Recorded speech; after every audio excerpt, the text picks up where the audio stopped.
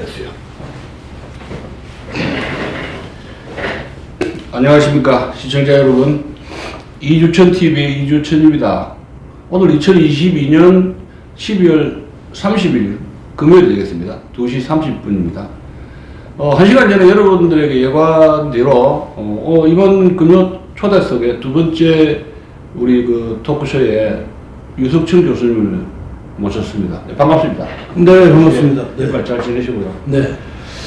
오늘 두 번째로 지난번에 그 못다한 이야기 좀 하고 이승만을 만나게 된 어떤 계기라든가 유석천 교수님 그 사역하신 분인데 그 원장 시절에 2011년부터 2015년간 5년 동안에 초대 이승만 연구원 연세대학교 부설연구원에서 초대 원장을 지내시고 많은 책을 발간하시고 또 연구소라든가 우드로 윌슨이라든가 또 대한민국 박물관 역사박물관하고 MOU도 체결하고 굉장히 많은 활동을 하셨습니다. 그리고 나서 그 다음에 이제 혁신위원장을 하셨고 그건 지난번에 했죠. 그래서 이 시대에 이승만이 왜 다시 불러와야 되는가 이런 역사 문제를 가지고 좀 말씀을 좀 나누게 될 것 같습니다. 우리 유 교수님, 네. 바쁜데 인지는 하시죠?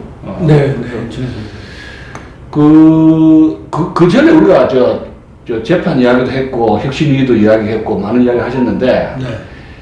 좀 이건 좀 빠뜨린 이야기가 있습니까? 어떻게 좀 한번 좀 정리 다시 그렇죠. 이건 빠뜨렸다는 거 좀. 아니 특별히 빠뜨렸다고 뭐 꼭 수고할 건 없고요. 그냥 네. 전체적으로는 그때 보니까 저 준비를 많이 해주셨고 예. 오늘도 보니까 이 미리 막 사전 예고편도 만드시고 그래서 준비를 많이 해주셔서 예. 오히려 제가 송구스럽습니다. 아유, 이렇게까지 예. 대접을 받아야 되는 예. 일인가 하는 생각이 드는데 우리 천하의 이주천 교수님이 이거 예. 이러신 일인가 하는 생각이 들어서 송구스럽습니다. 아니 제가 궁금한 게 네. 그때 이 재판으로 가게 됐을 때 그 여학생 네.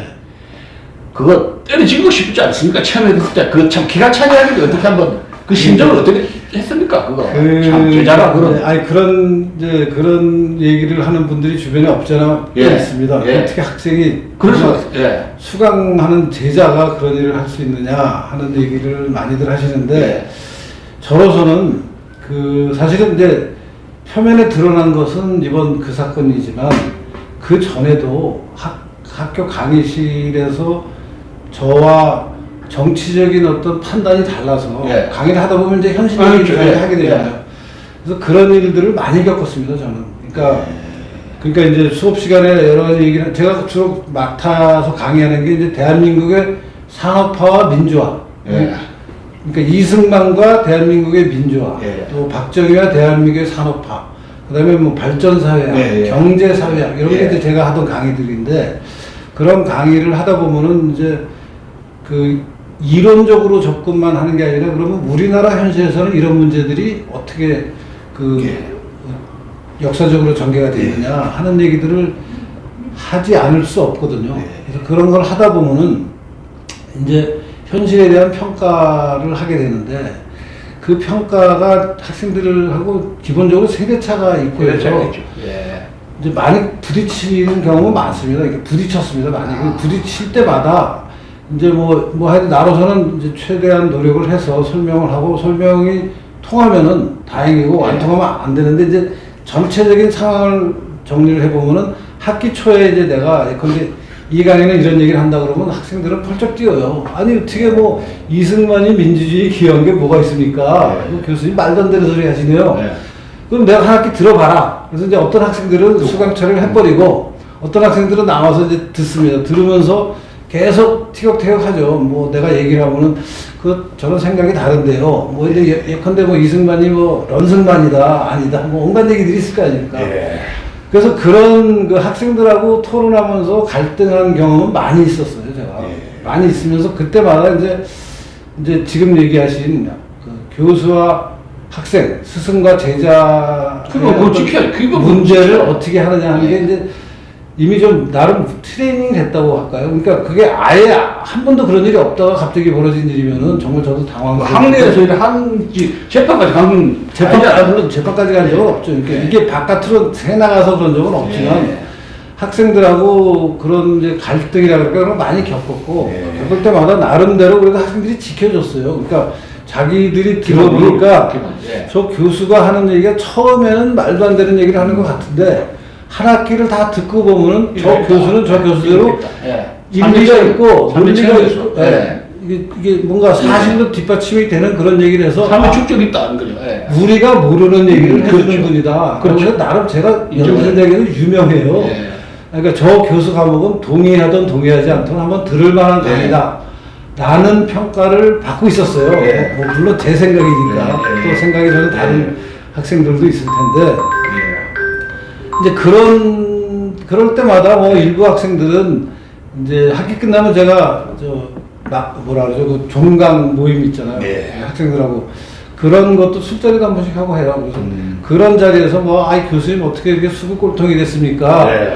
뭐 수구꼴통이지만 강의 내용이 들을만 했습니다. 뭐 잘 모르는 걸 한 학기 동안 공부해 보니까 많이 공부가 됐습니다. 뭐 이런 식의 반응을 많이 들었고 일부는 굉장히 갈등하는 경우도 없잖아 있었어요. 굉장히 근데 수업 시간에 막 정말 막 좀 험한 얘기까지 해가면서 서로 논쟁도 하고 했는데 다행히 그 전까지는 그것을 외부 언론에 알리거나 재판에 걸거나 재판에 건 거는 이 친구들은 아니지만 예. 이번에도 그 자료를 자료를 알렸더니 자료를 줘서 이제 재판에 그래요. 걸게 했죠. 예. 이제 그런 경우는 처음인데 이미 그거보다는 작은 규모지만 제가 많이 마음에 그 상처도 있고 하면서 경험이 많아서 특별히 이제 저한테 그런 일을 한 친구한테 야, 저 학생은 정말 때려 죽이고 싶다. 라는 생각도 안 들어요. 그냥 저 친구들도 빨리 현실을 깨닫고 좀 제대로 된 판단을 했으면 좋겠다라는 생각이 들지 막 그 친구를 향해서 막 부글부글 끓고 하는 것은 이미 제가 훈련이 많이 돼서 뭐 그런 부분은 없고요. 저는 거꾸로 그 학생 입장에서는 나 때문에 저 교수가 지금 3년이 지난 지금까지도 재판에 시달리는구나. 그래서 이제 그 학생 입장에서는 저 사람을 깜빵에 보내야 되는데 어디 한번 당해봐라 라고 생각하고 있을지 내가 그때 그렇게까지 한 것은 좀 지나쳤구나 하는 생각을 할지는 궁금해요. 예. 그 학생이 지금의 입장에서 이 사건을 돌이켜보니까 야 정말 저 유석춘은 내가 그때 그걸 그렇게 해서 외부에 막 알려가지고 재판받기 위해서 지금 검사가 징역 1년 6개월 구형을 해서 자기가 한 일이 참 보람있다 라고 생각할지 아니 그렇게 생각할 수도 있는 거 아니에요. 아니면은 지금 와서 보니까 내가 그렇게까지 할 일은 아닌데 좀 지나친 일을 했구나 하는 반성을 할지는 저도 궁금한데 저는 후자였으면 반성을 좀 했으면 하는 기대를 하고 있는데요. 제가 학생들한테 너무 기대를 많이 하는 것 같아요. 아니 요새 학생들 참 무서워요. 아니 우리가 지금 미국도 그렇지만 미국이 그 사약이 그 원조 아닙니까? 독일에서 미국으로 해가지고 사약 학과가 미국에서 사회학이 이제 페미니즘 그 좌파들이 성 문제 이런 게 그 좌파들 원상이거든요. 맞아요. 사약가 막스주의의 고전적인 정치 경제학에서 그 갈등의 그 뿌리를 막 자본가가 노동자를 착취한다라는 그 프레임에서 이제 성 문제로 전환시킨 게 사회학자. 그 사약 캠퍼스 아닙니까? 사회학자들이고 여성학자들. 글쎄 그런데 그러니까 정치학이나 경제학에서 이제 더 이상 뭐 막시즘 갖고 별로 이제 쟁점이 안 되니까 새로운 영역을 개척한 게 페미니즘이거든요. 그게 크게 보면 사회학 안에서 벌어진 거고, 이제 그래가지고 뭐 여성학자들, 뭐 생태론자들, 뭐 이런 사람들이 많이 등장해서 갈등의 프레임을 자본과 노동의 대립에서부터 이제 남녀의 대립으로 바꾸는 게 사회학이 맞습니다. 사회학자들 좌파들이 굉장히 많잖아요. 특히 연세대학도 그렇고. 네, 그렇습니다. 그런데 참 특이하십니다. 가계의 영향인지 어떻게. 아니 저만 뭐 특이한 건 아니고 저는 그러니까 그런 식의 어떤 문제를 보는 것을 저도 관심이 있어서 이렇게 쭉 따라갔죠. 이 사람들은 왜 이런 생각을 하냐고. 근데 막스주의가 원래 얘기하던 그 자본과 노동의 갈등, 자본가가 노동자를 착취하는 문제를 끝까지 가서 보면은 끝에 가서 뭐 이렇게 생각할 수도 있겠다고 해서 끝에 가서 그러면 대책이 뭐냐 하는 걸로 가면은 이 사람들은 제3세계 그러니까 자본주의가 선진 자본주의가 갈등 때문에 프롤레타리아 혁명을 선진 자본주의에서 해야 되는데 혁명이 안 일어났다. 노동자 혁명이 안 벌어지잖아요. 그렇죠. 그리고 이제 그게 선진 자본주의에서 벌어진 게 아니라 제3세계에서 혁명이 벌어진 게 몇 군데 있잖아요. 예, 예. 그래서 이제 선진 자본주의가 자기의 자체적 모순을 지연시키기 위해서 주변부를 착취한다. 그래서 이제 중심부의 모순은 지연이 되고 갈등이 첨예화되는 게 주변부라서 이제 그런 갈등이 생긴다라는 얘기를 하는데, 내가 이제 공부한 분야가 발전사역이니까, 아니 근데 그렇게 혁명으로 가는 나라들도 있지만 제3세계에서 예. 혁명으로 안 가는 우리나라 같이 성장한 나라도 있잖아요. 또 맞죠. 예. 혁명을 뭐 시도는 했지만 뭐 예. 결국 혁명은 안 벌어지고 뭐 굉장히 세계 최고 모델이 된 성공 스토리가 지금 우리나라에서 나왔잖아요. 예. 우리나라 보니까 그런 나라 맞죠. 예. 대만도 그렇죠. 뭐. 싱가포르 같은 나라도. 그럼 그런 나라들과 뭐 혁명이 벌어져서 혁명을 했는데도 또 못 살고 또 못 살고 그런 남미의 그런 나라들 많잖아요. 이런 나라들 문제를 어떻게 할 것이냐 하는 게 이제 서양에서 계속 논쟁이 되고 있었는데, 이게 해결이 잘 안 되니까 예. 이제 억압이라는 게 자본, 노동, 임노동 관계에서만 벌어지는 게 아니라 남녀 관계에서도 벌어진다라고 이제 프레임을 딱 바꾸는 거죠. 사약제가 그 온상, 사약이 그 온상이. 아니, 사회학이 온상이라고 얘기하는 건 나는 좀 억울한데, 하여튼 그런 사회학자들이 많아요. 그래갖고 그 남녀 프레임을 바꿔가지고 그런 사람들이 얘기가 70년대, 80년대 조금씩 나왔어요. 제가 박사과정 할 때도 그런 프레임이 나오기 시작했어요. 근데 이거는 그렇게 가보면, 아니, 이게 뭐 남녀 차별이라는 게, 남녀 갈등이라는 게 가부장제 전체를 문제 삼아야 되는 거 아니에요? 가부장제라는 건 동서양 차이가 없는 거 아니에요? 그래서 이걸 이렇게 가면 결국 가족을 해체해야 그 막수 홀리 패밀리에서 나오는 거예요. 네, 아니 그러니까 정스러운 가족에. 네, 가족을 해체해야 된다고. 그 마크스에 나오는데, 아니 그러니까 마크시즘에 나오잖아요. 네. 네. 그러니까 이제 기득권을 다 없애는 방법 중에 가장 근본적인 게 가족을 해체하는 거다, 이렇게 나온 거 아니에요? 근데 나는 그때도 이제 생각을 해봤는데, 뭐 노동자, 임노동자 문제는 그렇다고 치고, 아니 가족을 해체하면 그러면 애를 낳아서 누가 키운다는 얘기하는 생각이 들더라고요. 뭐 보수적인 생각을 해서 그런지. 그래서 그걸 뭐 집단 농장에 데려가서 키운다 그러고 그러는데, 나는 그런 양육 방법이 좀 그동안에 있었던 전통적인 양육 방법보다 반드시 더 우수할 거라고 생각이 안 들더라고요. 그때부터 머릿속에서. 아니, 그럼 자기가 나를 자기가 키우고 자기가 책임지고 부모 자식 관계가 유지가 되는 게 사회의 기본 출발인데, 그거를 다 망가뜨리고 집단적으로 애는 낳은 놈 따로 있고 키우는 놈 따로 있고, 그다음에 그걸 또 무슨 이모 삼촌이 키우는 게 아니라 국가가 키운다는 거 아니에요? 아버지 영향이 좀 있는 거 아닙니까? 집안에 아버지. 아니, 그러니까 그거는 아버지의 영향뿐이 아니라 우리나라 사람들의 기본 문화적 배경이 다 유교 전통이 좀 있고 해서, 저는 그런 생각을 하는 사람들의 얘기를 이렇게 읽고 들으니까 이해가 안 돼요. 저는 아니, 그러니까 이해는 되는데 접수가 안 돼요. 머릿속에서, 그러니까 그렇게 하자는 얘기구나. 근데 난 그 일리에 반한다는 생각이 들더라고요. 그래서 저거는 나는 못 받아들이겠다. 그래갖고 사실은 연세대 사회학과 교수 중에 조혜정 교수라고 계세요. 조혜정. 이분이 이제 뭐 그런 문제 때문에 아버지 성과 엄마 성을 같이 쓰자 그러면서 뭐 조한혜정이라는 그 이름을 조한, 그러니까 아버지가 조, 어머니가 한이라서 성을 조혜정에서 조한혜정으로 바꾼 분이 계세요. 그분이 우리 연대 사회학과에 저보다 바로 위에 교수님이었어요. 근데 그분의 얘기를 듣고 그러면 이제 그때도 그런 생각을 했어요. 그러니까 그래서 뭐 따라서 하는 친구들 많이, 요새도 그래서 뭐 성이 두 자인 지금 많잖아요. 근데 그 사람이 그럼 결혼을 또 딴 사람이랑 할 거 아니에요, 나중에. 그러면 조한에다가 김박이 돼. 성이 네 글자가 돼. 조한, 김박. 미국도 그런 식으로 지금. 아니, 하다가 안 돼요, 이게. 그 다음에, 그러니까 이제 처음에는 한 글자 했다가 두 글자가 됐다가 성이. 우리나라에서 네 글자야. 네 글자가 또 네 글자라고 그러면 여덟 글자가 되는 거예요. 이게 말이 되는 얘기냐고요. 말이 안 돼. 말이 안 되는 걸 계속 하는 거예요. 그래서 결국 조한혜정 교수님이 요새 다시 조혜정으로 원래 이름으로 복귀하셨어요. 그럼 반성문 써야지, 그러면. 반성문 써야 되는데, 반성문은 안 쓰시죠. 안 쓰죠. 똥꼬집으로 또. 아니, 그러니까 그런 문제들이 문제 제기로, 이런 문제를 대안으로 한번 검토해보는 건 어떠냐. 문제만 제기해야지. 더 시대를 한번. 그 정도로만 끝냈어야 되는데. 글쎄, 이게 이제 대안으로 그러면 남녀가 평등하자, 우리 여성이 상위로 가야 된다라고 하면, 그럼 사회 전체가 어떻게 오가나이즈 되는지 뚜렷한, 맞으면 설득력 있는 대안이 안 나오는 거예요. 저는 이제 그걸 보면서, 이거는 그래도 우리가 잘 모르고 그러면 그동안 몇천 년의 역사를 가진 이 전통을. 원래 파괴돼버렸는데. 그러니까 전통을 우리가 보존하고, 뭐 전통이 잘못된 게 있으면 조금씩 바꾸는 그런 방법으로 가야지, 어느 날 순식간에 모든 걸 다 바꿔가지고 사회를 새로 만들자 그러는데 이게 되겠냐 하는 생각이 들더라고요. 저방을 내놓은 이춘 교수도 마찬가지잖아요.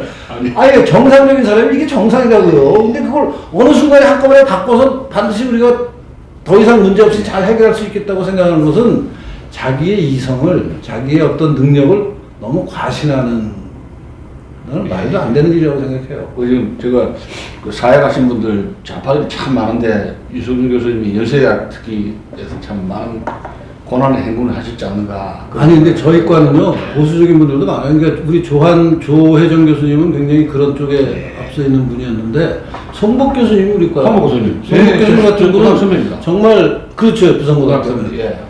송복 교수님은 정말 그 우리가 존경할 만한 그 굉장히 대학자 아닙니까? 개인의 삶도 그렇고 네. 그 본인이 워낙 연구한 업적도 네. 그렇고 저는 그런 분들의 영향을 많이 받았기 때문에. 유승준 책까지 쓰시더라고요. 네. 그러니까 유성룡에 관해서 그 이순신에 관한, 네. 임진왜란에 관한 여러 가지 그리고 그동안 저 인구학자들이 조선시대 인구 추계한 거 다 암털이라고. 아, 그러시구나. 예, 하여튼 뭐. 10만 양강설이라는 게 네. 인구가 군대가 10만이 되려면 그걸 받쳐주는 인구가 얼마가 돼야 되는데 조선시대는 그런 게 맞지가 않는다. 이게 그 일국에 그걸 지적했구만. 10만 양강설이 말이 안 된다는 얘기를 썼어요. 대학자시네. 그러니까 그런 게 그러니까 그 양반 우리 송복 교수님은 그런 면에서 뭐 저한테 굉장히 귀감이 되는 분이고 그 연세대 사회학과가 너무 그렇게 좌빨의 온상이 아닙니다. 송복 교수님도 계시고 저도 있고. 그러니까요. 하여튼 이제 우리가 지금 이제 서론이 좀 길어졌는데 네. 그래서 오늘 본론은 이제 이승환 연구원 좀 말씀하셔야 되는데 네. 그 한 5년 동안 하셨는데 일반 국민들 몰라요. 네. 교수님 원장 시절에 그 업적이라도 계기는 어떻게 됐는지 그렇게 이제 있었죠. 두 가지 복합적인 얘기가 이제 해야 되는데 네. 우선 이승만 대통령을 사실 저도 잘 몰랐어요. 저는 요새 그래도 남들보다 이승만 대통령에서 꽤 잘 아는 편인데 지금 박사님 전문가 아닙니까? 근데 아니, 어떻게 나는 처음에 시작해 그거 좀 해. 시작을 시작해. 저도 이승만 대통령에 대해서 따로 뭔가 공부할 기회가 없이 저는 사실 박정희 대통령 뭐 아버지 영향을 아버지, 받고 그거는, 예. 박정희 대통령 시대에 관한 북한 공부를 많이 했죠. 예, 예. 그래서 이제 우리나라가 발전한 사실에 대해서 굉장히 프라이드를 가져야 되는 60년대. 예. 60년대, 70년대. 그렇죠. 제3세기. 예. 그런 상황에 대해서 내가, 우리나라는 정말 다른 나라랑 비교해서 굉장히 모범적으로 성공한 나라다라는 예. 것까지는 이제 박사 논문을 쓰면서 예. 알게 됐는데, 예. 그게 이제 30대 초반이거든요. 제가 그렇죠. 박사학위 마친 게 30대 예. 초반이에요. 그 교수 생활하면서 이제 현대사를 좀 더 넓게 공부할 기회가 있잖아요. 예. 그래서 뭐 이승만 시대도 보고 뭐 조선 후기랑도 연결을 하고 또 뭐 또 다른 나라 볼 거 아닙니까? 다른 나라도 필리핀이라도 보고. 말해야 되는데. 이제 그런 작업을 하면서 이게 내가 박정희 대통령의 업적을 너무 과대평가하는구나. 이게 어떤 뜻이냐면 박정희 대통령이 대단한 업적을 냈는데 이게 그러면 그 전까지 그럼. 누적된 역사가 없이 혼자 할 수 없죠. 완전히 그냥 그렇죠. 맨땅에서 박정희 대통령이 혼자 이걸 한 것이냐 하는 씨앗이 있을까요? 씨앗이. 문제를 부딪히게 됐어요. 제가 공부를 하면서 그러니까 박정희 대통령이 혼자 이걸 다 했단 말이야. 아니면 그 앞단계에서 뭔가 정해져 뿌리가 씨가 있을까요? 씨앗이 맹아가 있으니까 예. 이게 가능했다고 얘기하는 게 더 합리적이지. 그게 합리죠.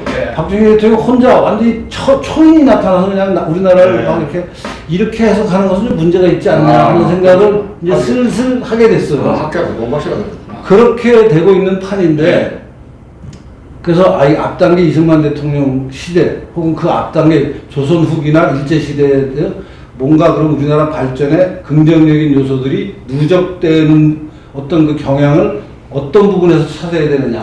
그래갖고 뭐 예컨대 뭐 우리의 뭐 자본주의 맹아가 뭐 무슨 뭐 식민지 시대 때부터 식민지 때 맹아가 있었다. 조선 말기부터 했다. 조선 말기부터 있었다. 그러면서 뭐 한쪽에서는 농업사 연구를 했고 그래서 김영석 교수는 농업사 연구를 했고 이제 다른 한편으로는 실학을 연구를 많이 했죠. 실학도. 일제 시대 또 이야기도 나오잖아요. 실학 그게 일제 시대 때는 근대화도. 이제 그분들 얘기로 가면은 근대화가 다 그렇죠. 조선 후기에 이제 잘 되다가 일본이 다 망가뜨려서 그렇죠. 안 되고 이승만도 망가뜨리고 먼저 굉장했어요. 우리 대학 시절에. 그러니까 바로 그 우리 세대 때. 그러니까 이런 문제들을 이제 이게 내가 그러면 한국 역사를 이해하는 게 어떻게 연결을 시켜야 되냐는 걸 이제 고민을 좀 진지하게 이제 하고 있는데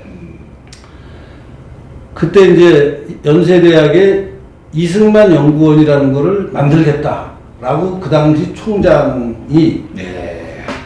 이제 그런 결정을 하셨고, 네. 그 이승만 연구원을 만드는 계기는 이제 이승만 대통령의 양아들인 이인수 박사라는 이인수 박사. 이인수 박사가 이승만 대통령의 문건을 몇십 년을 이제 국가에서 제대로 관리를 안 할 때 개인적으로 애써서 그걸 보관하고 있고, 또 이승만 대통령을 굉장히 좀 존경하는 그 나이 드신 좀 부잣집 할머니가 한 분 계셨어요. 네. 그래서 그분이 이제 돈을 연구원 연구원 그게 전문 그게 그게 이게 부암동에 있는데 구암동. 네. 연세대에게 그걸 기증을 하셨는데, 기증할 때 감정가가 한 200억 정도, 이야. 지금은 한 4, 500 될 거예요. 오. 엄청난 재산을 갖고 있는 분인데, 네. 이분이 이제 공간을 제공해 주시고, 또 이인수 박사의 문서와 그 연구 공간을 제공해 준 분들이, 이제 그 연구 공간이 굉장히 중요하지만 연구할 때 필요한 돈은 안 나오고, 그걸 팔아야 돈이 나오는 거 아니야. 예. 그러니까 돈이 모자라는 문제를 그때 삼성의 이건희 회장한테 얘기를 해서, 삼성의 이건희 회장이 50억을, 그러니까 돈 50억과 예. 그 부암동의 이승만 연구원 자택. 자택, 예. 부지. 예. 부지. 그게 이제 개인 주택이에요. 아, 저도 가봤죠. 예. 뭐 그거 했잖아요. 제가 원할 때 예. 그거를 기증을 하고, 그다음에 이제 그러면 이승만 연구에 필요한 자료와 돈과 공간이 다 있으니까 여기 지금 이승만 연구를 제대로 만들어야 되지 않느냐 하는 얘기가 나오고, 그것을 결단하신 분이 김한중 총장이라고 의대 출신 총장이 있었어요. 아, 김한중 총장. 그분이 이제 결정했는데, 그 전사가 있는 게 지금 얘기한 그 세 가지가 네. 연세대에게 왔어요. 이미 네. 이미 그 전에 예. 한 10년도 더 됐죠. 송자 총장이 있을 때 예. 그 세 가지가 연세대에게 왔는데, 네. 그때는 이승만 이름을 붙이는 게 연세대학 그 운영하는 사람들 입장에서 부담이 된다. 이승만은 독재자라고 알고 있는데 연구원이라고 이름을 붙이면 또 사람들한테 불팔매질 맞는 거 아니냐 하는 걱정이 들어서 예. 현대 한국학 연구소라는 애매한 이름을 붙였어요. 아, 간판이죠. 간판. 그러니까 제가 이승만 연구원 원장을 맡을 때가 2011년. 2011년 3월. 그거보다 한 15년 전쯤에 아까 얘기한 세 가지가 다 연세대에 기증이 됐어요. 아, 벌써 왔었구만. 와서 오. 현대 한국학 연구소라는 애매한 간판을 달고 연구는 시작하고 있었어요. 그 소장, 그때는 소장이네요. 그때는 소장 현대 한국학 연구소 소장인데, 그건 유영익 교수님. 아, 처음 소장 유영익 교수님. 유영익 교수님이 한림대 계시다 불러. 이분이 이승만 연구가 필요하다고 해서 연세대에서 석좌 교수 자리를 드리고. 아, 연세대에 석좌. 네. 아. 그래서 이제 그 50억 돈 가지고 월급도 드리고 하면서 이분을 모셔서 현대 한국학 연구소라고 이름을 달아서 쭉 운영을 하고 있는데, 그렇지. 이제 전체적으로 이승만에 대한 평가가 여러 가지 이유로 과거보다는 좀 긍정적으로 올라가고 있을 때, 이제 그러면 이걸 정식으로 현대 한국학 연구소라는 이름은 좀 너무 사실 도망가는 이름 아니에요. 이승만 연구를 한다면서. 간판 바꿔야 돼. 그래서 내가 그걸 나한테 소장을 하려는 거예요. 오퍼가 왔구만요. 네. 그러니까 이제 총장님이 저를 부르더니, 연세대학에서는 지금 이 연구소를 맡아서 운영할 사람이 당신이 제일 적임자다. 왜 그랬어? 왜 그랬어? 총장님 좋게 봤네. 아, 그거는 왜 그러냐 하면은, 네. 제가 이제 대한민국 그 현대사, 대한민국 발전이 굉장히 자랑스럽다는 역사적인 그런 거. 여러 가지 얘기를 내가 논문으로도 하고 칼럼으로도 쓰고 뭐 여기저기 다니면서 그런 떠들었더니, 다른 교수는 그런 거 안 말이죠. 연세대 교수. 연세대학에서 그런 얘기를 하는 분은 송복 교수님. 두 사람밖에 없었구나. 내놓고 하는 사람은 몇 사람 없었습니다. 괴뢰대학하고 똑같네요. 괴뢰대학도 그런 거. 괴뢰대학도 있다. 민중사학이다. 민족사학이다. 아이고, 대학의 분위기가 전체적으로. 네. 그러니까 이제 그 당시 총장이 이제 송 교수님 아마 은퇴했을 때. 네. 근데 총장이 이렇게 보니까 이 이승만 연구원이라는 것을 제대로 맡아서 할 사람은 저 사람이 제일 나을 것 같다라는 판단을 그러니까 그 당시 총장 김원준 총장이 가지고 저를 불러서 너 이거 할 생각이 있냐라고 물어보더라고요. 그래서 내가 그거 현대한국학 연구소라는 이름 말고요, 제가 맡으면은 이승만 연구원이라고 이름을 바꿔주세요. 그러셨구나. 그랬더니 학교에서 한 게 아니고. 학교에서 승인을 해줬죠. 내가 뭐 마음대로 할 일은 아니니까. 네. 그래서 이제 그런 얘기를 했더니 그렇게 해보자 그러면서 이제 그렇게 했어요. 그래서 이제 이승만 연구원이라고 간판을 바꿔 달고, 그 당시에는 그걸 이제 왜 각 대학의 연구소가 보면은 학과에서 운영하는 연구소, 단과대학에서 운영하는 연구소, 그다음에 학교 전체 차에서 운영하는 교체 연구소. 네. 과거에 현대한국어연구소는 국제학대학원 산하의 연구소였는데 연세대학교 국제학대학원이라는 게 대학원. 네. 아. 그러다가 이제 교체연구원으로 학교 전체 연구원으로 내가 바꿔서 사이즈 크죠. 총장이 이제 뭐 좀 격상이 됐죠. 이상하게. 네. 그래서 이제 네. 2011년에 네. 제가 원장을 하면서 네. 그 원장을 하면서 그래서 이제 연세대학 이승만 연구원 이름으로 이승만에 관한 책이 나오면은 물론 연구자들이 다 중요한 얘기를 했지만 네. 이제 거기다가 간판을 네. 연세대학교 이승만 연구원 뭐 연구청소 1번 아. 뭐 그러면 이제 훨씬 더 이게 좀 가오가 있죠. 가오가 네. 권위가. 그래서 이제 이승만 연구원에 제가 원장을 하니까 이제 그동안 뭐 네트워크 있잖아요, 제가. 이 우파 쪽에 그 연구자들. 그런 분들이 내가 이런 책을 냈는데 이걸 좀 내달라. 이런 연구를 했는데 이걸 내달라. 그래서 내가 이렇게 내용을 한번 검토해서 뭐 조금의 하자가 있더라도 그게 큰 틀에서 이제 성과가 있는 책이면은 제가 적극 출판을 했습니다. 그래서 제가 연구원 원장을 하면서 책을 굉장히 몇십 권 냈어요. 그래서 제가 정확하게 가보니까 쫙 있더라고요. 갔잖아요, 제가. 네. 아니, 이것도 갔다 처음에. 제가 네. 셀 수는 없는데 최소한 한 30권은 될 거예요. 오. 요거 보시고 한번 설명해 주세요. 요쪽에 한번. 그래, 그래서 이제 2011년에 제가 여기. 원장이 되고 네, 나서부터 2015년, 네, 한 5년 동안 이제 제가 네. 원장을 했는데 그 네. 원장을 하면서 이승만하고 관련된 이제 사료가 우리 연구원에 엄청난 게 있으니까 네, 그 사료를 우리만 보지 말고 네. 모든 연구자가 전 세계에 이승만 관심 있는 사람들이 다 연구를 할 수 있게 공개하자. 네. 라는 이제 그래서 자료를 정리하는 작업을 많이 했고 예. 그다음에 자료를 정리하고 나면 그걸 제가 홈페이지에 사실 밑에다 공개를 했었어요. 아, 예. 누구나 들어와서 그냥 자기가 누구다라는 이제 신호만 밝히면은 다운받을 수 있게 다 했었어요. 아, 그래서 그런지 요새 이등만 욕하는 사람 적어졌어요. 아, 옛날보다 많이 좋아졌어요. 그럼 이제 원장님 그러니까 제가 뭐 자랑 좀 하세요. 저도 그래서 이승만을 재평가하는 작업 아니, 그 토대를 박았잖아요. 토대를. 나름 기여했다고 그렇죠. 자부심을 갖고 있습니다. 저 몇 번 좀 쳐다봐 커피도 마셨고, 요 책은 그러면 요 책, 요거 순서대로 한번 좀, 요건 국가편찬연구소에서 어찌 되는 그러니까 이것도 이제 네. 국가군사편찬연구소에서 네. 저희 연구원에 있는 사진 자료를 가져갔어. 그러니까 우리가 연구원이 그때 이제 아까 얘기한 대로 우리 출범을 했지만 저하고 연구교수 한 사람하고 행정부는 연구 조교하고 딱 세 사람이 있어요. 예. 이게 이제 프로젝트별로. 예. 근데 이런 사진으로 보는 6.25 전쟁이 사진을 제공해서 요거는 국방 우리가 하고. 보관하는 사진 1년 번호는 붙어 있고 막 돼 있으니까 이거를 이제 그쪽에다가 우리가 제공을 제공하고. 하고 그 사람들이 정리를 해서 예. 책으로 내고 예. 뭐 이거 겹치는 거니까 이거 빼자. 예. 또 그 책을 내면 해제를 해야 되잖아요. 사진. 그렇죠. 사진만 덜렁거릴 수가 없잖아요. 이건 언제 누가 어떤 사람이 그렇죠. 근데 그런 작업을 여기서 해서 네. 우리랑 공동으로. 예. 그러니까 연세대학 이승만 연구원은 자료를 제공하고 국방군사편찬연구소에 이 문제의 전문가가 예. 계실 거 아니에요. 예, 맞습니다. 그럼 그분이 이제 또 이걸 정리해서 책으로 내고 예. 그런 식으로 제가 외부에 있는 개인 연구자, 같이 했거든요. 다른 대학의 연구소, 또 이런 기관의 연구소들하고 협업을 굉장히 많이 했어요.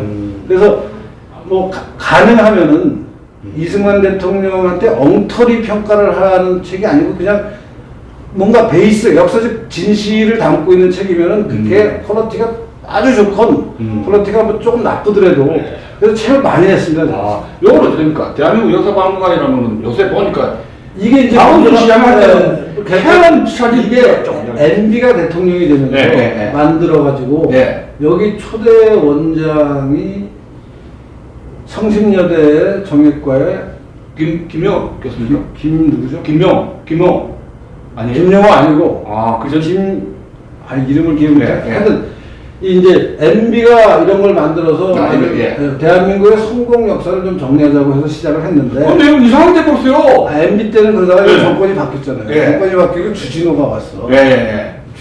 그다음에 또 누구지 상명인데 주진호하고 예. 또 한홍구 이런 사람들이 여기 이게 되면서 대한민국 역사박물관에 전시하는 내용이 막 좌익적으로 막 길어져서 난리가 나서 요새 좀 다시 이제 또 손봐야겠죠. 정상으로 오고 있는데 예. 제대로 아직 안 왔어요. 아직 멀었습니다. 하여튼 그래서 예. 이런 기관이 생겨서 예. 이때 원장하던 분이 저하고 잘 아는 네. 지금은 저 어디 미주리 대학에서 강의하는 분이 있어요. 아, 연대 정형외과 나온 분인데 갑자기 이름이 생각이 안 나요. 아, 요새 기억이 안 나요. 그분이 이제 좀 우리 또 같이 하자 그래서 이런 것도 하고 또 여기 좀 요거 좀 중요한 건데 이거 참 일반 국민들 모르는데 이거. 그러니까 이게 이제 제가 아까 얘기했던 자료를 일반에 공개하는 건데 네. 이승만 문서 중에 이제 이승만 문서를 나누는 방법이 여러 가지가 있는데 48년에 이승만 대통령이 됐잖아요. 그 전 또 활동 있잖아요. 아니, 그러니까 그 전에 독립운동할 때의 활동과 대통령이 되고 나서의 활동을 이승만 문서를 정리할 때 크게 딱 나누는 시점으로 문서가 이승만에 관한 문서가 무지 많잖아요. 그렇죠. 그걸 이제 막 그리고 동문 뜻이 그래서 네. 이제 48년 이전 문서와 48년 대통령 이전 문서, 대통령 이후 문서, 이후 문서는 집권 때 문서죠. 아, 그렇죠. 예. 맞으면 그건 사실 국가가 관리해야 되는 건데 그렇죠. 그때 우리 시스템이 없으니까. 네. 하여튼 그래서 본인이 그걸 보관한 게 우리한테 연세대에 있으니까 그래서 48년 이전에 독립운동기하고 48년 이후에 집권기를 우선 크게 나누고 그 다음에는 이승만 대통령이 막 생산한 문서가 국문, 한문, 영문, 온갖 문서가 다 있는 거예요. 근데 이제 국문하고 한문은 우리가 동문이라고 했어요. 동쪽에 국문하고 한문 동문. 국문하고 한문은 동문. 네. 그다음에 이제 뭐 서문도 있습니까? 뭐예요? 서문이 영어로 된 문서. 영어로. 영어로 된 문서는 서문. 네. 그래서 문서를 크게 집권을 기준으로 이전과 이후. 그다음에 이제 대통령이 만든 그 글자에 따라서 한글이나 한문은 동문. 그다음에 서양 영어 문서는 서문 이렇게 나눴어요. 그래서 48년 전 한글과 한문으로 된 거. 그다음에 아니 그 이승만 대통령 자체가 역사네. 대한민국. 대한민국 역사 자체 역사죠. 그분이 이분은 근데 그 워낙 문필가잖아요. 시작을 언론인으로 했잖아요. 과거 시험하다 몇 번 떨어졌다. 과거 떨어지고 이제 한문도 잘 알고 뭐 한글 한시도 한문도 잘하지만 또 한글 사랑이 남달랐어요. 한문 한시. 아니 그러니까 한시를 잘하는 것은 물론이고 강조하고 싶은 것은 보통 한문을 잘하는 사람은 한글을 무시하잖아요. 그렇죠. 한글 사랑이 또 엄청난 분이에요. 이승만 대통령이.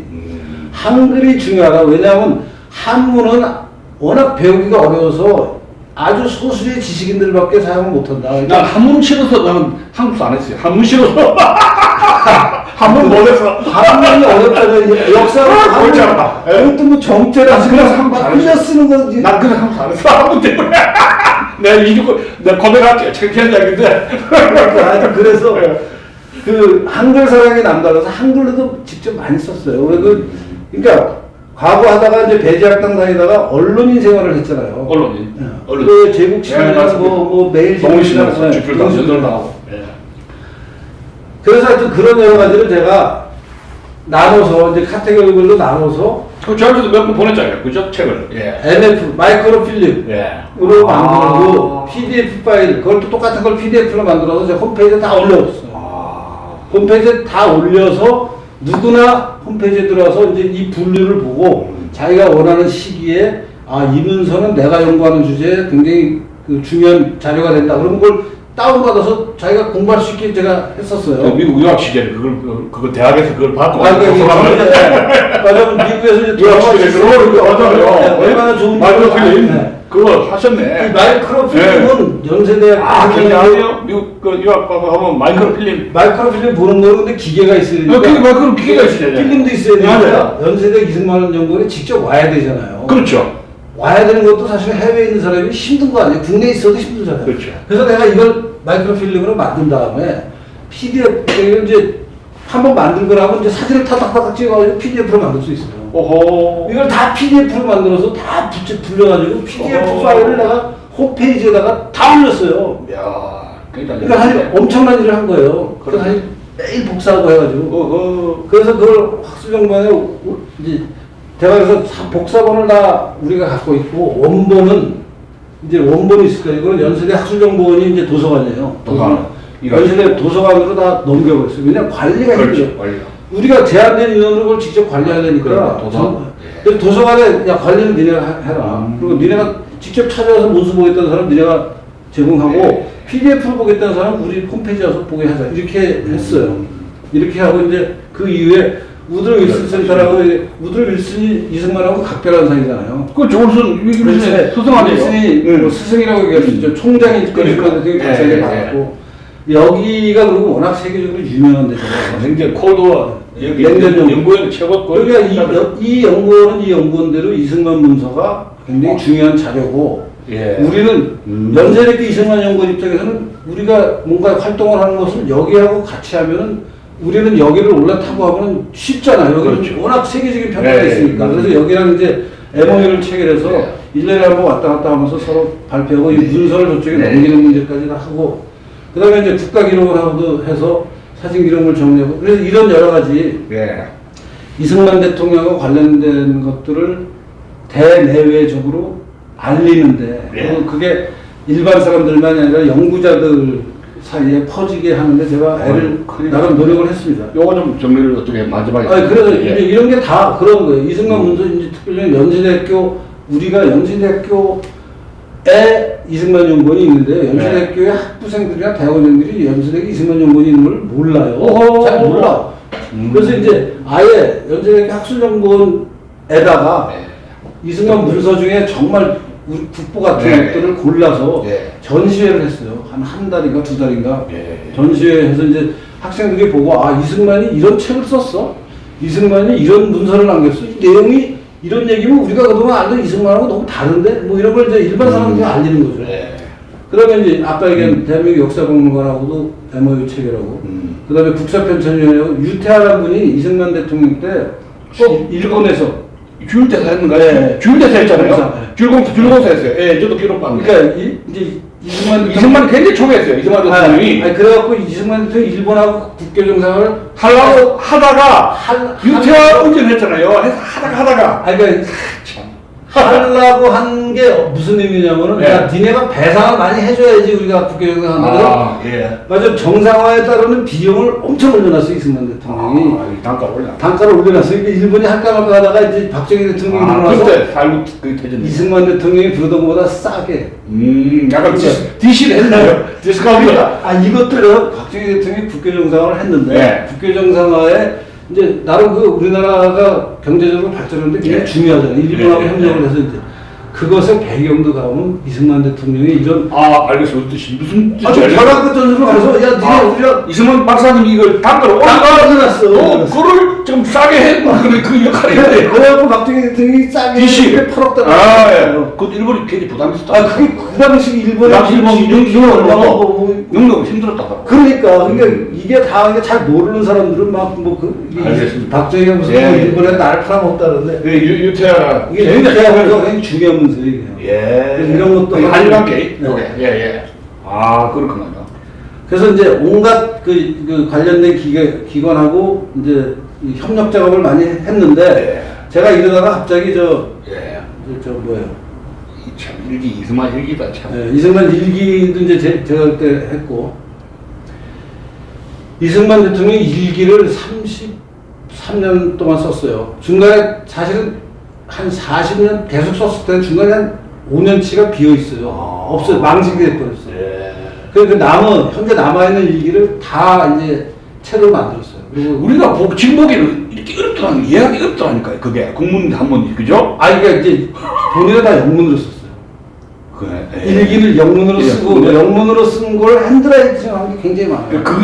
핸드라이팅 우리가 사실 이승만 필체에 익숙하지 않으면 못 읽어요. 못 읽겠다.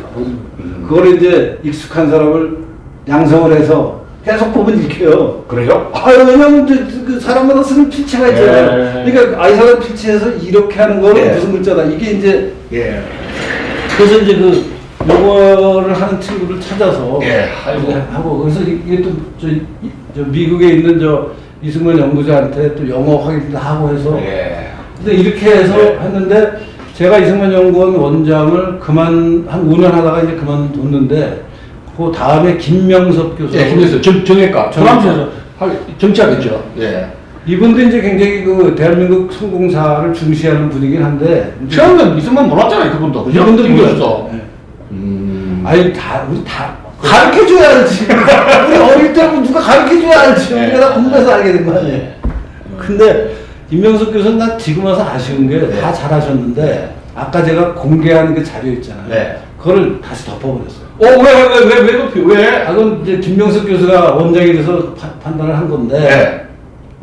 김명석 교수는 이것은 이렇게 막 아무나 들어서 보게 하는 일이 아니라, 아. 연구자가 정식으로 이승만 연구원에 연락을 해서 허락을 받고 보는 게 더 연구원의 어떤 그 권위라 그럴까? 그런 게 있죠. 로그인 아니고 그냥 그 다른 방식. 아니, 내가 한 건 로그인 방식이었고, 로고 방식으로. 예. 김명수 원장. 김명석 이제 덮어버리고, 네. 아는 사람이 와서 요청하면은 와서 연구하게 하는 게 맞는 거다. 그럼 억세스가 어렵네요. 안 하죠. 접근이 어렵죠. 접근이 안 근데 하죠. 그거는 내가 이제 원장을 그만두고 그 양반이 이렇게 판단한 거라 내가 사실 속으로 나는 좀 아주 기분 나쁘겠네요. 불편했었어요. 근데 본인이 뭐 그렇게 한 걸 내가 쫓아가서 너 왜 그렇게 해 그럴 수도 없는 거고. 아, 근데 그러면서 지금은 그런 일이죠. 연구 자료가 이제 이렇게 접근이 쉽지가 않아요, 지금은. 대신 이제 연세 도서관에 가면 볼 수는 있어요. 도서관에. 다른 자료하고 똑같은 방식으로 볼 수 있는데 네. 제가 원장할 때는 하여튼 이거 쉽게 하자고 문턱을 낮추자 그래가지고 네. 다 공개를 했는데 이제 그 이후에 제가 원장을 그만두고는 그게 다쳤어요. 홈페이지에 공개를 하나. 하여튼 그런 일이 있었습니다. 그러니까 이제 그 참 큰일 하셨는데 그러면 이제 좀 돌이켜 본다면은 지금 그런 것이 이승만 대통령에 대한 좌파들의 욕이 이 비난이 많이 줄었어요. 그 인정하실 거예요. 나도 그런 아니 느낌이 들어요. 그럼요. 아니 사실 이승만 대통령에 제가 처음 관심을 기울일 때랑 네. 지금 보면은요 우선 이승만에 관한 연구 서적이 옛날에는 연구 서적에 이승만 욕하는 책만 있었잖아요. 맞아요. 이승만이 나쁜 놈이다라고만 쓴 책밖에 없었는데 네. 지금은 이승만이 그럼에도 불구하고 이렇게 좋은 일을 했다라는 책이 압도하고 있어요. 이승만 욕하는 책보다. 이제 그런 결과가 나오는 과정에 저도 좀 기여를 해서 뿌듯하게 생각하죠. 예, 참 큰일 하셨네. 근데 그럼 이제 좀 현실적으로 좀 돌아가 본다면은 지금 그 윤석열 대통령이 자유를 갖다가 무슨 저 취임사할 때 35번 외치고 또 유엔 가서도 뭐 한 열 몇 번을 외쳤는데 자유 하는데 네. 그거 어떻게 보세요? 윤석열 대통령의 이제 그 자유 정신, 정신에서는 기본적으로 이분은 자유주의자라고 저는 생각해요. 네. 근데 그게 무슨 자유주의 철학을 막 깊이 공부했거나 그건 아니죠. 아니면 자유주의의 우리나라가 자유주의가 어떻게 역사적으로 우리나라가 자유주의를 받아들였냐 하는 부분에 대해서 깊이 있는 통찰을 갖고 있는 분 같지는 않아요. 네. 다만 그래도 자기 어떤 삶을 영위하는 방식에서 자유가 중요하다는 생각을 분명히 하는 분인 것 같아요. 누가 옆에서 시키는 게 아니라 자유라는 게 가장 기본적인 거다라는 걸 이제 몸으로 알고 있는. 또 그 양반이 무슨 검사 출신이니까 이제 고시공부했던 무슨 뭐 자유주의에 대한 서적이 이런 그러니까 거 있어요. 고시공부한 분들의 근데도 알겠어요. 약점이 네. 철학이나 역사를 별로 공부를 안 하잖아요. 그렇게 하면 정치를 하니까 참 걱정이 많이 되거든요. 어떻게 아니, 보세요? 그러니까 이제 그렇지만 네. 그래도 기본적으로 자유가 중요하다는 생각을 대통령이 지금 하고 네. 있고 네. 그래서 좀 아쉬운 거는 그런 자유의 어떤 철학적 배경 네. 또 역사적 네. 배경 한국에서의 자유라는 것은 어떤 과정 우리가 그럼 조선시대부터 자유로운 그건 사회였는가 아니죠. 우리가 조선시대 일제시대 자유로운 사회였느냐 뭐 해방 이후에 네. 이 역사에 대해서도 우리 윤석열 대통령이 좀 알면은 더 네. 좋겠는데 사실 그건 모르면 또 모르는 대로 어쩔 수가 없는 거야. 그걸 뭐 지금 그 연세에 대통령 하는 분한테 막 가서 교육을 할 수도 없는 거고. 그러니까 이제 옆에서 참모들이 그런 문제에 전문적인 어떤 능력을 가진 사람이 윤석열 대통령을 도와주면은 좀 자연스럽게 뭐 대통령이 모든 분야의 전문가일 수는 없는 거 아니에요. 그 대신 사람을 잘 쓰면은 자기가 하는 일을 이제 그래서 좀 그런 부분에서 역사적인 자유의 역사나 자유의 철학을 잘 이해하는 참모가 그것을 좀 배경으로 해서 정책을 좀 옆에서 도와주면 예컨대 우리 지금 교과서 문제나 역사학회 문제나 무슨 또 이 이승만 박정희 재평가하는 문제나 이런 거에서 좀 그 전문성이 있는 윤석열 대통령의 참모가 한 분, 두 분 좀 이렇게 도와주면 잘 되지 않을까. 아예 뭐 자유주의자가 아니면 안 되는 일인데 자유주의자인 건 틀림없는 것 같아요. 알겠습니다. 그러면 이승만 대통령이 우리나라에 국민들에게 자유를 갖다 준 인물이죠. 그걸 인정을 하면서 시작했죠. 아니, 그러니까 이승만 대통령이 혼자 했냐 하면 뭐 아니지만 그래도 대변했다고. 우리나라에서 자유라는 가치를 막 지금 오늘날 사람들이 누리는데 이승만만큼 귀한 사람이 있느냐? 이승만이 넘버원이에요. 네, 그렇죠. 저는 그건 그러니까 다른 사람들도 귀한 사람이 많이 있지만 이승만 대통령이야말로 그것을 개인적으로 철학적으로 학문적으로 공부하고 실천하고 그래서 대통령이 돼서 권력을 통해서 그걸 온 국민에 실현한 사람은 갖다 준 거 직접 권력으로 갖다 준 거죠. 일부에서는 이승만 대통령을 독재자라고 하지만 마지막 4.19를 마지막에 그게 4.19를 뭐 잘한 거지만 4.19가 3.1 자기 잘못을 하야죠. 네, 3.15 부정선거라는 걸 알고 자기 말로 하야한 분 아니에요. 그래. 그런 사람을 독재자라고 부르는 거는 전 우리가 너무 지나치게 가리는 돈 하나도 없잖아요. 네, 그러니까 무슨 부정축제를 했거나 무슨 뭐 그걸 가지고 막 정적을 탄압했거나 그 지금 푸틴 보세요, 푸틴 지금. 그러니까 참 기가 막히게. 그러니까 3.15 부정선거가 이제 이기붕이라는 사람을 당선시키기 위한 이승만 모르게 한 거지만 이승만 대통령이 그런 부하를 둔 책임을 져야 된다는 생각에는 저도 동의를 해요. 정책 책임을 져야 되는데 그 이승만 대통령이 무슨 독재라고 그렇게 막 악을 쓰면서 좀 욕하는 사람도 있잖아요. 러시아, 중국, 북한에 비한 독재도 아니에요. 그렇죠. 예? 예? 아니 그러니까 내 말이 그 말이에요. 오스만 터키 알죠? 케마파샤. 15년 했어요, 15년. 집무실에서 죽었다니까요, 집무실에서. 가남으로. 15년, 제3세계, 10년은, 12년은 아무것도 아니라니까. 아니 그 제3세계뿐이 아니라 무슨 종장을 40년 오시면 종신하잖아요, 종장. 링컨 같은 사람이 어땠는지 사실 미국 사진이 나왔잖아요. 그 전쟁 때 그러니까. 전쟁 방대하면 그냥 감옥에 그냥 그러니까. 인신구소. 그런 얘기 좀 하세요. 그러니까 우리 사람들은 링컨이 무슨 엄청난 언론 엄청 탄압했어요. 아니 그런 얘기 좀 하세요. 아니 참 그래서 이제 세 번째 주제로 이제 네 번째 주제로 간다면 제일 우리나라 사람들이 지금 우리나라가 지금 극복해야 될 것이 친일 문제거든요. 친일적인 반일민족주의라고 보고 있는데 이걸 극복해야 저는 선진국으로 간다고 볼 수 있습니다. 아니 근데 친일 문제가 지금 우리나라가 극복해야 될 문제라고 얘기하시는 것 자체가 저 제네럴 프레임에 넘어가 있는 거라고 생각해요. 우리나라는요 우선 일본에게 나라를 강점당했다고 표현하잖아요. 지금. 그럼 지금 아니 강점은 아니에요. 우리 배우들은 식민지인데. 그러니까 일제시대라고 배웠어요. 일제시대로 식민지가 됐다고. 식민지가 된 것은 맞지만 강점이라는 게 군사적으로 텐트가 그러니까 있는데. 강점이라는 거는 뭔가 군사력으로 지금 우크라이나 하태에서 우크라이나 전쟁에서 러시아 군대가 그렇지, donbass 지역을 해가지고 그게 강제로 군사적으로 강제로 1, 2년 점령했다가 토해내는 게 이게 강점이거든요. 그렇죠. 밀리터리 스트레스. 이게 북한은 지금 북한에서 그 용어를 쓰니까 우리나라 역사학자들이 강점이라는 말을 한 10년 전부터 막 쓰기 시작해서 지금 통치 그거가 다 있었는데 법령도 다 있었는데. 그래가지고 요새는 일제시대라 그러면 한글에서 자동으로 강점으로 바꾸더라고. 아세요? 원고를 쓰면서 아니 한글에서 내가 일제시대라고 타이핑을 하면 얘가 알아서 일제 강점기라고 한글이 바뀌고 아니 그러면 말이 안 아니 되지. 조지 워싱턴이 독립운동 했을 때 영국의 식민지가 영국의 강점시대. 아니 와싱턴이 그러면 영국 식민지 군인이었죠. 그러니까 그 대령이거든요. 그러니까 우리를 지금 박근혜가 지금 일본 장군이었다고 지금 침입하고 지금 있잖아요. 영국의 식민지가 아니라 영국 강점시대래 그런 기가 막히네.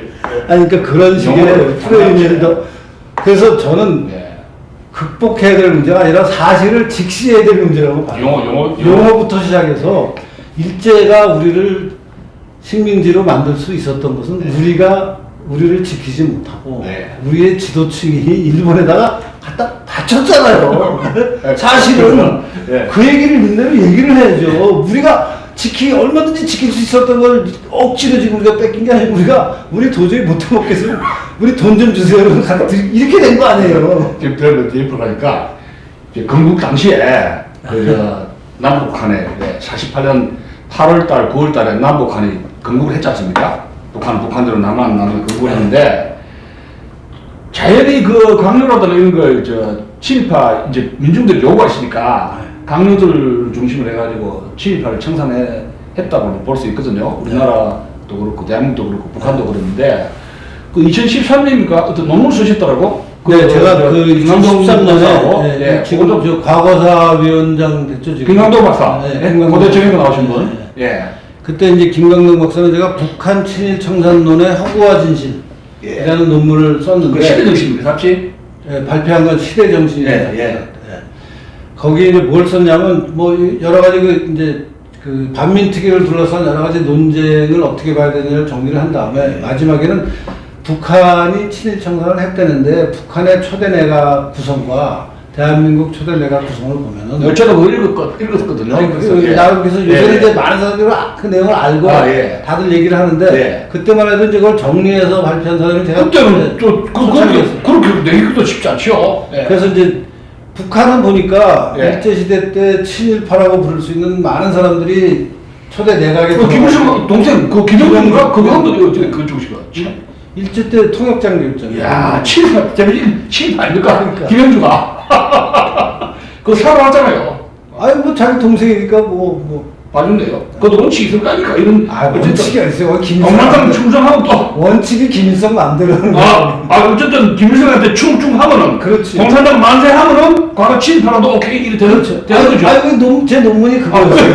논문의 내용이 자세히. 과거에 아무리 일제 때 친일을 했더라도 해방 후에 김일성한테 충성하면은 과거의 친일을 문제 삼지 않고 과거에 아무리 독립운동을 하고 일본하고 저항을 했더라도 해방 후에 김일성한테 개기면은 친일파로 모르고 또 반공을 하면 원칙이 뭐 별로 그러니까 과거에 실제 일본하고 어떤 관계였느냐가 북한의 친일파를 정하는 기준이 아니고 공산당 찬성하면 반대하면 김일성한테 김일성한테 복종하고 충성하면은 독립투사가 되고 김일성한테 반대하면 친일파를 몰고 하는 방식으로 북한은 이제 친일 문제에 대해서 온갖 평가를 그런 잣대로 했고 거기에 비해서 우리나라는 이제 반민특위를 만들어서 이승만 대통령이 이제 반민특위를 만들어서 국회에서 그랬죠? 만들었죠? 네, 국회에서도 반민특위 만들어가지고 친일 정리를 하는데 6.25 전쟁이 나면서 이제 마무리가 잘 안 되고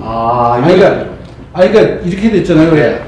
48년 9월달에 반민족 행위처벌법을 만들었어요. 국회에서.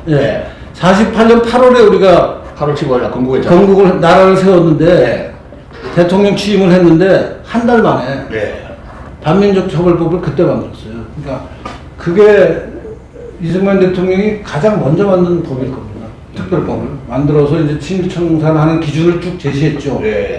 그 기준은 지금 봐도 굉장히 잘 돼 있어요. 그리고 그것을 처벌하는 절차도 이제 이렇게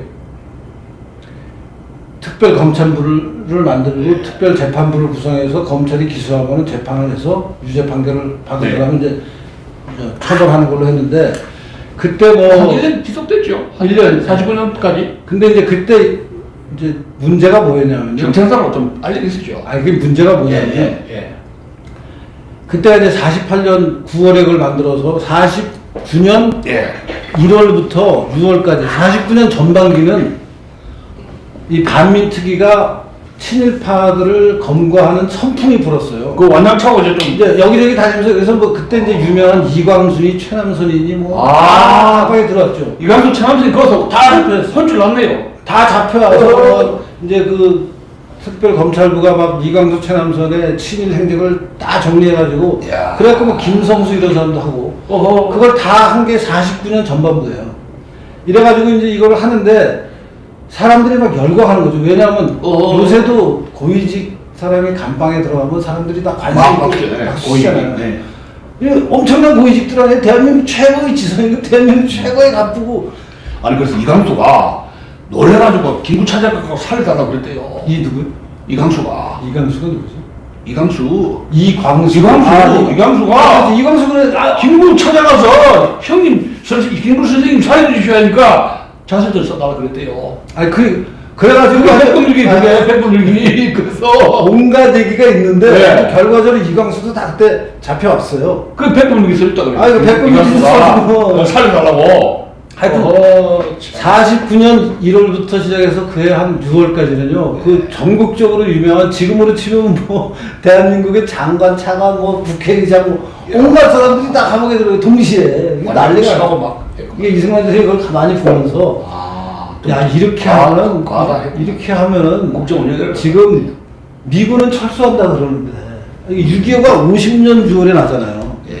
50년 6월이고 철수가 49년 49년 6월이야. 미군 그러니까 철수예요. 49년에 미군 철수하는 게 미군. 근데 미군 철수 시절에 이 반민특위가 그대로 같이 되는 거예요. 반민특위 바람이 괜히 불 때네요. 아니, 한쪽에서는 반민특위하고 돌풍이 불고 공직자 선거 공부하면서 친일파 처벌한다고 난리를 치면서 오늘 신문에는 이 사람 구속되고 오늘 신문에는 이 사람 조사하고 그렇게 난리가 매일매일 났는데 해줘야 돼 친일파 누구.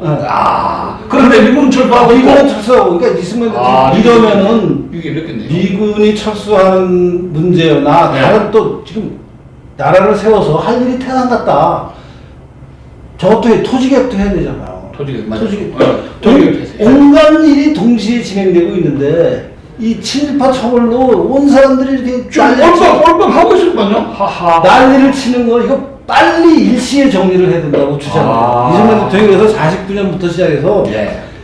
계속 이 반민특위 국회가 되고 제발 국회가 이 문제를 하는 것을 내가 반대하는 게 아니라 대신 좋죠. 빨리 저기. 한꺼번에 해라. 한 사람씩 매일 하면 이게 친일파가 언제 끝날지 모르는데 이게 앞으로 10년, 20년 갈지도 모르는 거예요. 지금 저 이재명 게이트, 대장동 게이트 수사 질질 끄는 거 똑같네요. 오늘은 구속했다 풀어주고, 오늘은 구속했다 풀어주고. 질질 끄면 사실은 윤석열 쪽이 유리하죠. 내년 선거 말고 질질. 그러니까 그런 식으로 그러니까 개꿀 이게 맞으면 반민특위 활동이나 지금 검찰의 활동이 정치적으로 누구에게 유리한가가 계산이 되는 거 아니에요? 반민특위는 야당이 유리하네요. 야당이 수사돼? 하하. 이승만 대통령 입장에서는 이걸 매일 한 사람씩 불러가지고 지금 친일파가 500명이 될지 1000명이 될지도 모르고 니네가 하는 식으로 한 몇만 명 불러들여야 될 아니, 그럼 안 보이시가, 미군 철수 안 보이시가 실종이 되잖아요. 아니 그러니까 이승만이 그래서 담화를 계속 발표해요. 지금 제발 나라가 해야 될 일이 많고 미군은 철수 이렇게 어려운데 이거 갖고 지금 허송세월할 때가 아니다. 빨리 정리해라. 담화를 보니까, 그래도 보니까 49년도 보니까 반민특위에 대해서 점점 굉장히 이승만 대통령이 민감하게 반응하는 게 나와 있어요. 아니 그래가지고 나중에 이제 특경대 해산을 시키잖아요. 글쎄. 그러니까 특경대 해산이라는 게 그냥 이승만을 다른 이승만이 당시 해야 될 일을 아무것도 보지 않고 그 반민특위 문제만 들어보면 이승만 대통령이 왜 이렇게 무리하게 특경대 해산했나 하는 생각을 할 수밖에 없는데 이승만이 그 당시에 대통령으로서 해야 될 일을 다 우리가 공부하는 사람이 이승만이 미군 철수 문제도 대처해야 되고 토지개혁도 해야 되고 경제 문제, 국가 문제, 안보 이걸 다 해야 되는데 이 반민특위만 가지고 이럴 수는 없지 않냐는 얘기하는 게 이해가 돼요. 지도자 고민이. 그렇죠. 이야. 그렇게 해서 보면은 반민특위를 이승만 대통령이 빨리 정리하자고 얘기하는 게 난 당연한 얘기라고 생각해요. 국가 이익이라는 차원에서 반민특위를 해야 되는데 반민특위에만 올바하지는 할 수는 없다 이거 아닙니까? 그러니까 친일 청산을 일시에 빨리 끝내야 돼요. 이승만 대통령이 쓰는 용어예요. 이거를 오늘은 이광수 부르고 내일은 최한수 부르고 그 다음 날은 김성수 지금 대장동 게이트하고 똑같아요 지금. 그렇게 부르면 매일 그 일만 보면서 사람들이 와와 그러는데 이게 나라가 정리가 안 된다. 빨리 한꺼번에 끝내라. 요거를 딜하는데 국회가 그걸 안 해요. 국회가 찬성 안 했어요? 야당들이 신났지. 야당들이 좀 선거에 이용하려고 그러는데 선거철. 반민특위 신나는 거지. 막 그래서 신나서 막 돌아다니다가 그 반민특위 김상덕 위원장인가가 반민특위를 정쟁으로 이용하는 거예요. 정쟁으로 이용을 하고 이제 완전 이승만을 빨리 끝내는데 경찰 없애야 어떻게 끝나냐면요. 이 김상덕이라는 반민특위 그 검찰 책임자가 교통사고를 내 어린이 하나 치어 죽여요. 집차를 타고 막 이제 이 완장질을 하고 다니다가 사람을 하나 죽여요. 근데 그거는 빼도 먹도 못한 자기 실수잖아요. 그렇죠. 그래갖고 이제 굉장히 입지가 어려워져. 그러면서 이제 이승만 대통령이 야 특경대가 저렇게까지 저러는 거는 저 나라가 결단이 나니까 내가 특경대 해산시키겠다고 특경대 해산을 명령해요. 그래서 반민특위가 일단락이 돼요.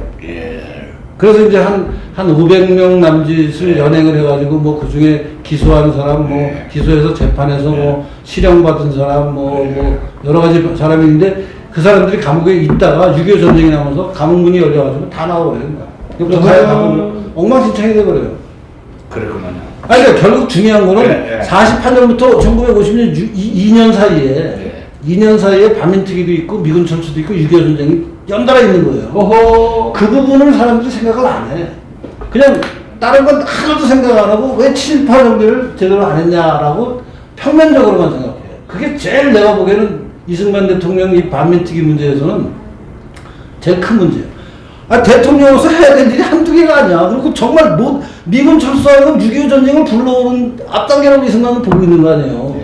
북한이 내려올 거라는 걸 예측하고 있는 이승만 이승만. 남자는 실제로 50년 아니 그러니까 네. 이승만 내다보고선 지금 그러고 있는데 이 철없는 국회의원들이 신난 거야 지금. 딴일을 치고 있는 거예요. 그러니까 이승만 대통령이 이런 걸 봐도 이 친일파 정리를 잘 못한 게 아니에요. 잘한 거예요.